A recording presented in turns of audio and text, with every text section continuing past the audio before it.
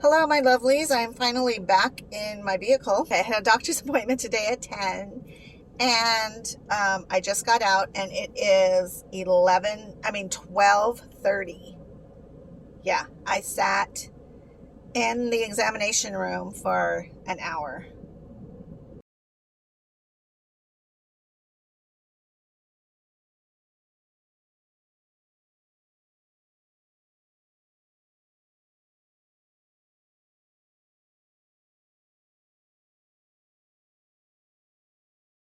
I'm going to be very happy, or I'm going to stay focused on the fact that at least I was in air conditioning.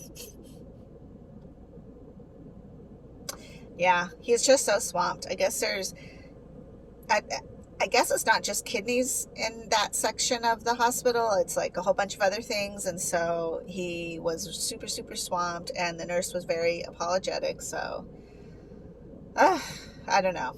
Anyways, I guess I'm a good candidate when it comes to the insides of my body and the place that a kidney could be homed.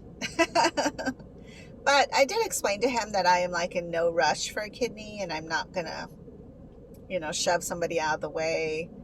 There's still a long, long way to go. It's not like I sign something and then tomorrow I can get a kidney. So it's still a long ways, and I still have a lot of testing to do.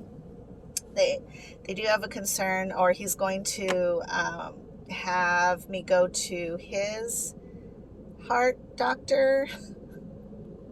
So at least I know where to go. I think I just come here. Um, so that'll be good because I don't know. To me, it's like if I have to go to two or three different people for the same thing, then they come up with a great conclusion or the same conclusion, then that's just good, right? I don't know.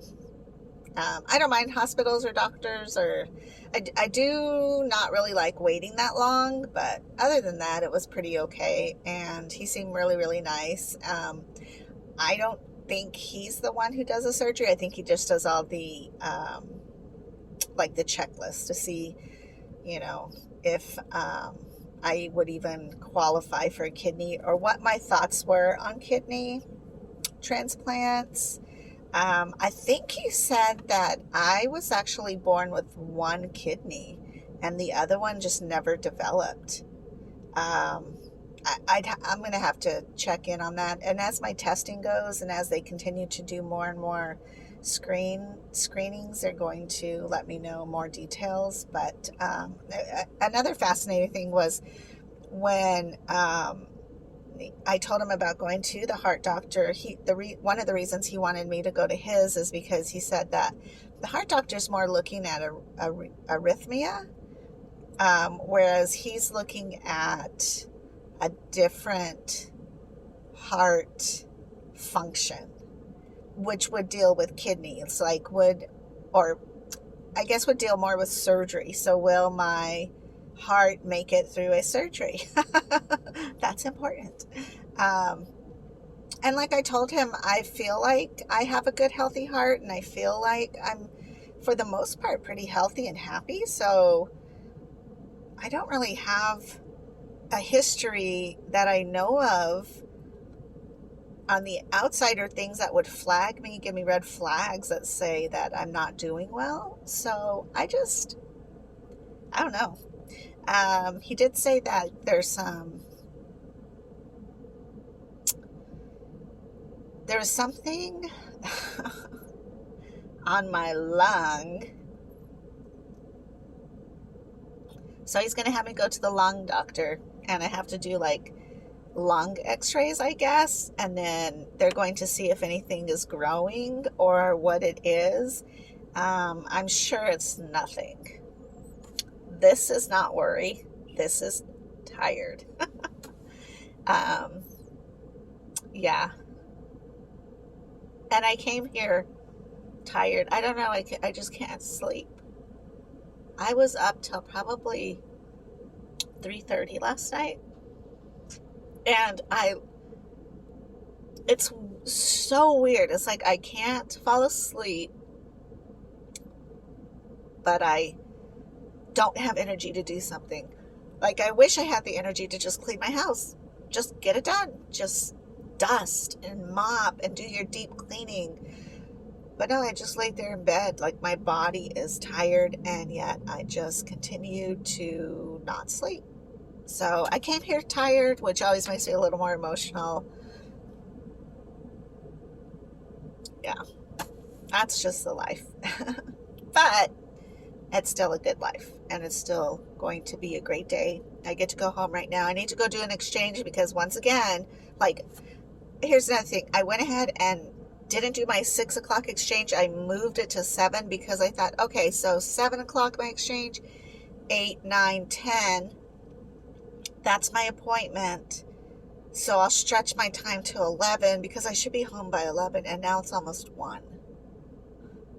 So my whole day lining up that is, I don't know. Oh, and I found Fibrin, so I'm going to have to give a dose of heparin. I have to remember to heparin my bag before I put it in. So, I don't know. I guess that's it. Nothing too big, nothing too crazy. I'm just taking it day by day, and I'm going to go in and out of hospitals and doctors' offices and clinics and testing places. They want me to do a colonoscopy. I'm like, I am far too young for none of that nonsense. But I guess with kidney transplant, you really need to be like super thorough. And then he did talk about also like how I will become autoimmune, and then like I have to watch for infection. So he's like really happy that I'm having such a good time on PD, and he's really pleased. Like, I've settled in my mind that that's my lifestyle. And he was very practical, and like he said, you know, when you're on PD dialysis, you have a set of worrisome things, and you know, things you have to take care of. And then when you go on to transplant and you have a transplant, then you have a whole nother set of stuff that you're having to keep an eye on and are somewhat worrisome. And so I guess cancer is a thing. Who knew? Cancer, I guess because your body is trying to hold on to your kidney, and your body's just freaked out because now it has a kidney, but it's a foreign kidney, and you know, you're getting extra medications and stuff. Your body just becomes so tired. I think like your cancer is something that could come up, and then depending on what your kidney, who the host of your kidney was, can play a big factor.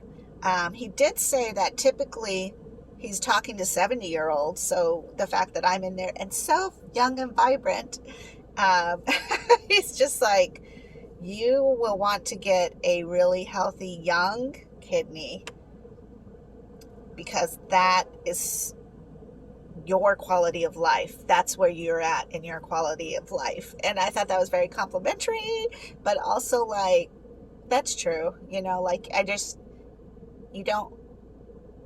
don't know, like I didn't realize that they would kind of pair you into categories of what style of kidney, because he's like, there's a bunch of different kinds, but you probably need to focus in on we're going to focus in on getting you a younger kidney than if you were 75 and a kidney was donated by somebody who was about that age too. You know, so it's just fascinating. I'm just going to breathe it in and absorb it, and just otherwise you get overwhelmed, and that's not good.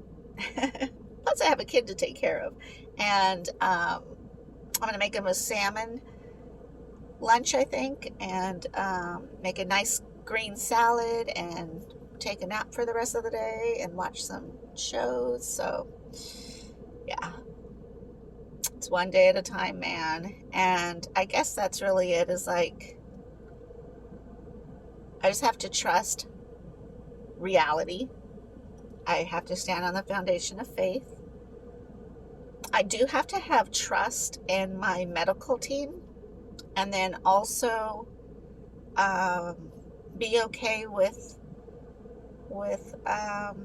just living life as it comes, you know, flexing to new ideas and new thoughts, and still trying to maintain I'm always very passionate about explaining to my medical team that I want to go as holistically as possible. I don't want to be on a bunch of meds. I really want to eat the vegetables and the proteins and the good carbs or fats or whatever that's going to make my body really function healthy as much as it can before I have to dive into medications.